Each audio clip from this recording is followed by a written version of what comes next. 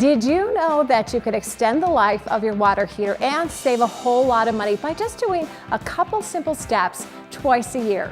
Joining me now is Jason Patton. He's from EC Plumbing in Lakewood, and most people don't even realize that they're supposed to do water heater maintenance.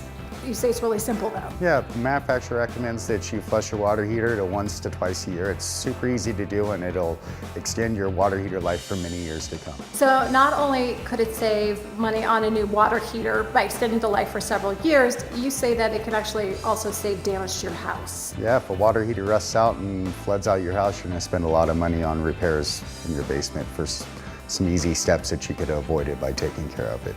Okay, let's go, show me. Let's go. So here we are down in the water heater room, looking at the water heater, and first thing that we noticed when we walked in is that we got a leak right here. So you want to look at your water heater when you come down, because it's one of those things that people buy, spend money on, and it's in the closet. You never look at it again until you don't have hot water, your house is flooding out. So if you look, there's water leak in here. We got a lot of corrosion here. When you come down, you want to look at these fittings, make sure that you don't have a bunch of corrosion built up on it. Just kind of look around and make sure that everything looks right. If you see something like this, you need to call in a professional plumber and have a plumber come in and take a look at it and see what they need to do to fix it. Because it's starting to break apart, so it needs repaired fairly quickly before it creates a big emergency.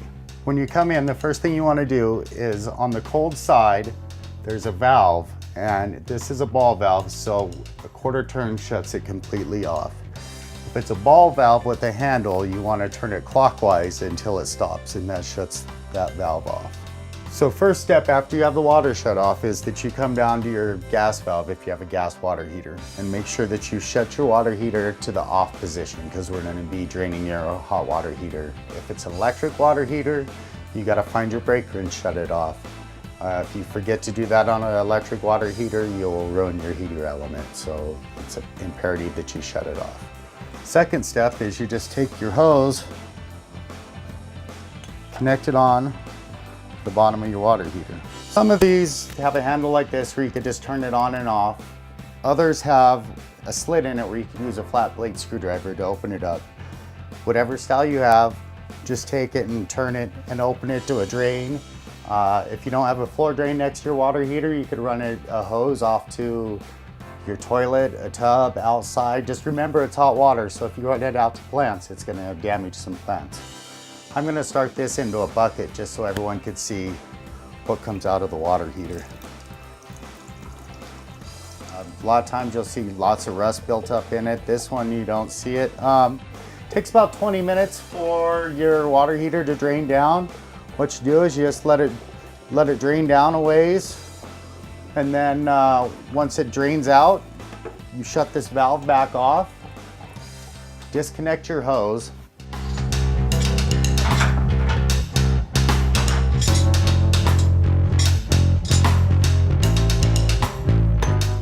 come back up to the top and turn your water back on. When you turn this valve back on, turn it on slowly, just don't yank it, just slowly turn it on.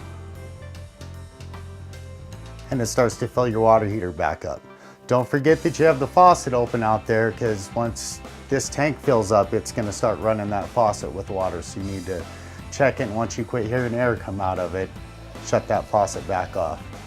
Your last step is to turn back on your water heater. You're good to go at that point in time. All right, thanks so much, Jason. So for all of these simple steps, we are posting them for you on 9news.com/fixthis.